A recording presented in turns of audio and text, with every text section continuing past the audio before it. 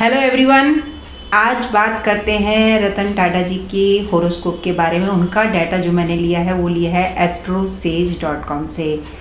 तो उनका है 28 दिसंबर 1937 6:30 AM बॉम्बे, और चंद्रमा की महादशा है, अंतरदशा में राहु है। डबल ट्रांजैक्शन हुई है, डबल प्रमोशन जिसको बोलते हैं कि मकर में उनका गुरु है तो वहाँ से शनि 2.5 साल से निकल के गए हैं, और शनि उनका पाइसिस में है तो गुरुदेव यहाँ से जा रहे हैं। तो लेकिन ये वीडियो उसके लिए नहीं है। उनकी प्रमोशन सब जानते हैं, उनकी कुंडली सब जानते हैं। अभी जो मैंने पीछे रिसर्च करी थी 2020 से, तो देखिए कोई भी रिसर्च होती है तो ये डेथ पर करी थी मैंने। तो मैंने 2 डेट निकाली थी, लेकिन मैंने किसी को बताया नहीं। मेरी सिस्टर और मेरी टीम को ही पता है, जो मेरा गूगल का सारा काम करती है। एक लता जी का और एक महारानी एलिजाबेथ का। ये क्या सारे चौथे चरण में है, चौथे पड़ाव में है। जीवात्मा के ऊपर से राहु ट्रांजिट हो रहा है, या राहु के ऊपर से जीवात्मा ट्रांजिट हो रही है। तो ऐसे कॉम्बिनेशन के साथ चली। उससे पहले जो मैंने प्रेडिक्शन करी थी, तो मेरे को ये एडिक्शन ही हो गया इस बात का कि नहीं, इस सच तक भी पहुंचना है। तो फिर ए.वी. सुंदरम सब ने मुझे डांट लगाई कि जब एक गेट भगवान ने बंद कर रखा तो उस पर रिसर्च करने की आप लोगों को ज़रूरत नहीं है। लेकिन उनका कहना मैंने नहीं माना। तो क्या होता है, कोई भी आपको परोस कर चीज़ नहीं देगा। छोटी छोटी चीज़ें पूरा उसका एक चैप्टर बनेगा, उसके बाद उसकी रिसर्च स्टार्ट होगी। तो फिर सारी इन्फॉर्मेशन इकट्ठी करने के बाद मेरी रिसर्च स्टार्ट हुई। तो क्या हुआ कि जैसे अब देखिए छोटे मोटे तो केस जो आते हैं उन पर क्या है कि मैं बता देती हूँ। और ये हर 18 ईयर बाद एक चक्र बनता है, जब राहु केतु के ऊपर जीवात्मा ट्रांजिट होगी, कि मृत्यु के समान कष्ट मृत्यु नहीं है। मृत्यु के कब देखनी है? चौथे चरण में। पहले चरण में किसकी देखनी है? जेमिनी लगन, 7th हाउस। तो और शनि की कब देखनी है? पहले चरण में, जब शनि ट्रांजिट हो रहा हो मंगल के ऊपर से, और वो भी 8th हाउस या 3rd हाउस में। तो कुछ ना कंडीशन होती है ये चीज़ देखने की। लेकिन चौथा चरण होता है कि धर्म अर्थ काम मोक्ष।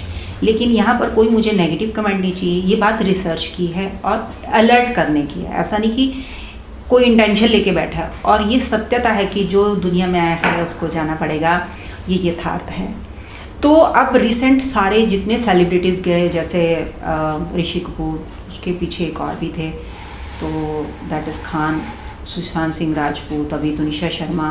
तो बहुत कि बाद में क्या फ़ायदा है प्रेडिक्शन करने का? बाद में कोई फ़ायदा नहीं होता प्रेडिक्शन करने का। तो निशा का देखिए आप, कुंभ में मंगल है, सडन डेथ है, क्योंकि शनि अभी ट्रांजिट हुए नहीं है। वार्निंग शनि ने अप्रैल में दे दी है, लेकिन डेथ कब हुई है? 1 महीना पहले। अब इस पर भी रिसर्च है, लेकिन मैंने सच्ची बताऊँ नहीं की है। लेकिन मेरा काम है अलर्ट करने का। तो मैं इस पर सिर्फ इसलिए कि जब भी पहला चरण आता है, दूसरा चरण या तीसरा चरण आता है, मैं अलर्ट करती हूँ। और ऐसा नहीं ये कल मेरे पे नहीं आएगा, मेरे बच्चों पे नहीं आएगा, या मेरे हस्बैंड पे, मेरी मम्मी पे, मेरी बहनों पे, सब पर आता है ये। तो उस यथार्थ को भी जानकर आप कभी खुश नहीं होगे। इस यथार्थ को जानने का मतलब था कि आपको अलर्ट करना। इसमें जो केपी का कॉम्बिनेशन रहेगा 4, 8, 12 का रहेगा। तो अब रतन टाटा जी की हेल्थ इश्यूज़ आने वाले हैं, इसके लिए ही मैंने ये वीडियो बनाई है कि उनके हेल्थ इश्यूज़ कब स्टार्ट हो रहे हैं। अभी क्या है, अभी गुरुदेव कुछ नहीं, क्योंकि गुरुदेव पाइसिस शनि से, लॉन्जिविटी आयु से निकल रहे हैं, 4th हाउस से निकल रहे हैं। अभी गुरुदेव कुछ नहीं होंगे। मैंने क्या बोला, 4, 8, 12 मोक्षा है, लेकिन अभी नहीं। लेकिन वो भी सेजिटेरियस है, मैं भी सेजिटेरियस हूँ। तो इसका मतलब नहीं मैं बिलियनियर बन गई, बट मैं कार्मिक अकाउंट देखती हूँ कि वाया मैं एनालाइज टुडे। तो प्रोबेबली क्या उनका गुरु नीच का है, तो मेरा लग्नेश भी नीच का बैठा हुआ है। तो जहाँ पर हमारा मंगल द्विद्वादश भाव में है, यानी मेरा मंगल पाइसिस में है, तो उनका मंगल कुंभ में है, तो अभी शनि कुंभ में आने वाले हैं। तो 3 योग जो बन रहे हैं उनकी हेल्थ इश्यूज़ के, वो ही आज मैं आपको बताने जा रही हूँ। सबसे पहले आप जब किसी का चार्ट एनालाइज करते हो, उससे अपना कॉम्बिनेशन देखना है 3-11 का। अगर आप चार्ट एनालाइज कर रहे हो तो उसके पीछे कंडीशंस क्या हैं, क्या कार्मिक अकाउंट पेंडिंग है, और ये हर एस्ट्रोलॉजर को पता होना चाहिए। ऐसे देखिए हम हर किसी सेलिब्रिटी का तो उठा के चार्ट नहीं एनालाइज कर सकते, क्योंकि ऑलरेडी इतने सारे अपलोड हो, तो मैं तो वैसे ही सब्जेक्ट नहीं लेती। लेकिन मैं अब उन सेलिब्रिटीज़ के चार्ट पर एनालाइज कर रही हूँ जो चौथे पड़ा में हैं, यानी 80 ईयर से अब। लता जी थी तो लिया, महारानी एलिजाबेथ थी तो लिया, तो लेकिन अपलोड करने ही नहीं दिया, क्योंकि बोले नहीं कंटेंट ऐसा है, वो सबकी प्यारी हैं। देखिए रतन जी भी सबके प्यारे हैं, रतन हैं तो लेकिन अलर्ट करना कोई बुरी बात नहीं, इसके लिए नहीं कि आप नेगेटिव कमेंट दो। और ये काल है, ये वक्त है, वो चीज़ें जो वक्त आने पर प्रूव होती हैं, कभी कोई इंसान आके या एस्ट्रोलॉजर आके प्रूव नहीं करता। और मैं हर वीडियो में बोलती हूँ कि काल से और वक्त से ऊपर बड़ा कोई नहीं है। तो जब उनका पहला कॉम्बिनेशन बन रहा है, सबसे पहला कॉम्बिनेशन बन रहा है अभी, जब गुरुदेव, जब शनि ट्रांजिट हो जाएंगे, यानी 17 को शनि शाम को ट्रांजिट हो रहे हैं, तो सडन, क्योंकि 3rd भाव में है मंगल उनका, अब यहाँ अष्टम 7 से मतलब 8 to 8 बन गया ये। और ये मैं अपने एक्सपेरिमेंट से कहती थी, पहले मैं कहती थी जब भी कोई प्लैनेट आएगा आती अपना काम नहीं करेगा। जो मंगल है वो धनु में है, तो अभी शनि आई थे, मैं क्या ये 27 जनवरी की बात है, मैं कोई बात नहीं 2-4 दिन में बता दूंगी, अभी आज ही तो ट्रांजिट हुए हैं। लेकिन वो शॉप से घर जा रहे थे तो उनका रास्ते में एक्सीडेंट हो गया। तो रात को जब घर पहुँचे तो सुबह मेरे क्या 5:15 रात को, तो उनको पता नहीं चला, लेकिन सुबह उनका फ़ोन आया कि मैं रात को मेरा एक्सीडेंट हो गया था तो आप मुझे लेने आ जाओ। तो उनका पूरा ये बाजू टूट गई थी। तो लेकिन उनका क्या था, 2nd चरण था। तो फिर मैंने उस दिन से क्या हुआ, मैं 2.5 साल पहले अलर्ट कर देती हूँ।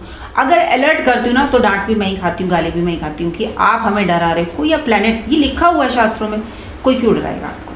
अब उनका जो पहला योग बन रहा है 17/11/2023 से 19/12/2023, ये पहला योग है शनि मंगल का। दूसरा योग बन रहा है उनका 22 जून 2024 को। क्यों? क्योंकि अब क्या है कि गुरुदेव ट्रांजिट हो रहे हैं केतु के ऊपर से। उनका केतु कहाँ बैठा है, रोहिणी में है और 6 हाउस में है। अब जीवात्मा जब ट्रांजिट होती है राहु केतु के ऊपर से, तो केतु इज अ कारक ऑफ मोक्ष। तो ये जो योग बन रहा है 22 जून 2024 को, इसमें भी वो चरण कब आएगा, 10 जुलाई 2024 को 2nd योग। अब तीसरा योग बन रहा है, आपको पता है कि सेजिटेरियस है, वी बोथ आर, मैं भी और वो भी। मेरा तो पहले 4-8-12 का कॉम्बिनेशन चल रहा है। तो हमारा खुद आज के गोचर में कहाँ पर है राहु, आपको पता है 5म भाव में है। तो हमारी जो बॉडी है धीरे धीरे राहु के पास जा रही है। अधारिधा धरिधा धरिधा धरिधा कंफर्म है ये होगा। अधारिधा गोचर पर कंफर्म है ये प्लेनेट आके करेगा। धरिधा कि गोचर में कंफर्मेशन होते हुए उसने नहीं करा, यहाँ पर कार्मिक अकाउंट आते हैं। कई बार क्या होता है, वो अभी मेरे पास रिसेंट एक केस आया था, तो उनकी प्रमोशन होनी थी 2016 में, तो और हमारा कुछ 4 महीनों का फ़र्क पड़ा। अरे आपको तो प्रेडिक्शन नहीं करनी आती, तो वो उठ के चले गए। तो मैंने कहा जाओ भैया, आपके कहने से शास्त्र नहीं चेंज कर सकती। तो मैंने उनको तो जाने दिया, तो मतलब उनके कार्मिक अकाउंट है। अब ये जो योग बन रहा है धरिधा, दैट इज़ गोचर कन्फर्मेशन कि आज आपको पता है कि कहाँ चल रहा हो, मेष में, यानी 5म भाव पर, और गुरुदेव पीछे आ चुके हैं। यानी हमारी बॉडी, हम दोनों ही धनु लगन के हैं, तो हमारी बॉडी कहाँ आ रही है, राहु के पीछे। और इसके लिए केपी का कॉम्बिनेशन चाहिए 8, 4, 12 का। जब भी कोई नक्षत्र अधिपति ये योग बनाएगा। अब गोचर में उनका जो बन रहा है, क्योंकि गोचर में गुरुदेव आ जाएंगे 14 अप्रैल या 2 मई को आ जाएंगे। उसके बाद जब वो राहु की डिग्री भरणी नक्षत्र को क्रॉस करने, आपको पता है भरणी यम का नक्षत्र है, जब इसको क्रॉस करेंगे 17/11/2023 से 19/12/2023, ये जब ट्रांजिट होनी है। तो इस तरह गोचर में 3 कंफर्मेशन मिल रही है उनके हेल्थ इश्यूज़ की। तो आप देखिए, मैं बहुत बड़ी एस्ट्रोलॉजर नहीं हूँ कि सारे लोग मुझे सुनेंगे, और ये बहुत डेप्थ थी, रिसर्च थी। आपको भले ही यहाँ पर मैंने ये कुछ मिनटों में बताया, लेकिन इस पर भी बहुत पढ़ाई है जो करनी पड़ती है और बताना पड़ता है। देखिए, आप किसी को अलर्ट कर सकते हो, लेकिन किसी चीज़ को बदल नहीं सकते। मैं हमेशा कहती हूँ कि इस समय लापरवाही, कभी किसी का अगर गुरु केतु के ऊपर से, राहु के ऊपर से ट्रांजिट होता है, मेरी मम्मी का भी हो रहा है इस समय, आपको पता है कि वो सिंह लगन की है, तो उनका गुरु जो बैठा है वो बैठा है 8th हाउस में। तो अभी राहु वहाँ आए नहीं है। राहु आएंगे कब, 1 दिसंबर को, लेकिन सडन मेरी मम्मी अभी बीमार होगी, क्योंकि मेरी मदर इन लॉ की कुंडली में भी यही हुआ कि राहु जैसे ही आया मेष में, तो मेष में आने में भी 8 महीने पड़े थे, तो तीसरे चरण में ही अप्रैल में जब कोरोना आया था तो उनकी डेथ हो गई थी।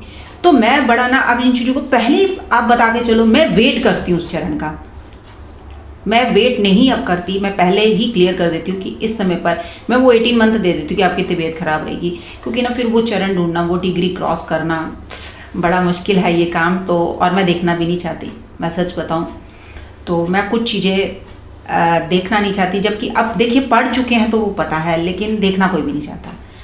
और ये जो टाइम रहेगा जो मैंने लास्ट बताया है 17/11/2023 से 19/12, ये सबसे मुश्किल टाइम है हमारी जीवात्मा उस समय, क्योंकि मैं भी रोहिणी नक्षत्र में बॉर्न हुई हूँ, उनका केतु बैठा तो मेरा चंद्रमा बैठा हुआ है, और दोनों की जीवात्मा कहाँ से ट्रांजिट हो रही है, राहु के ऊपर से हो रही है, तो दोनों के लिए ये मुश्किल टाइम है। और मैं देखिए पहले ही पिछले साल बच के आई हूँ, क्योंकि मुझे 5 यूनिट लगे हैं ब्लड के, लेकिन तब मैंने इच्छा बताई थी भगवान को कि मेरा बेटा छोटा है, अभी उसकी एडमिशन हो जाए उसके बाद मुझे ले जाना, तो ये मांगी हुई ज़िंदगी है। और वैसे भी मेरी कोई अब डिज़ायर नहीं है, जिसने शिव को पा लिया उसकी क्या इच्छा होगी। मैं शिव के पास चला गया, उसका मोक्ष अपने आप ही हो जाता है, तो मैं अपना शरीर शिव के पास छोड़ आई थी। और ये जो मांगी हुई उम्र है ना, ये पिशाच दोष में डालती है, ऐसा मैंने पढ़ा है, लेकिन मैं प्रूव नहीं कर सकती, कुछ चीज़ें क्या है ना ऊपर जाकर प्रूव होनी है, तो यहाँ पर प्रूव करने का कोई फ़ायदा नहीं है। और नेगेटिव कमेंट इसलिए नहीं, क्योंकि देखिए ये रिसर्च पर है, मैंने अपने पास से तो बनाया नहीं, जो पढ़ा है उसको मैसेज देना, बस यही एक एस्ट्रोलॉजर का काम है। वो डरा नहीं सकता, वो कुछ कर भी नहीं सकता। अब हम दोनों तरफ मरते हैं, अगर सच बताते हैं तो भी गालियाँ एस्ट्रोलॉजर को, और सच नहीं बताते तो आप लोग कहते हैं सारे पाखंडी और धूर्त हैं। तो वाइस एंड वर्षा जूते तो हमें ही पड़ने हैं ये तो कंफर्म है।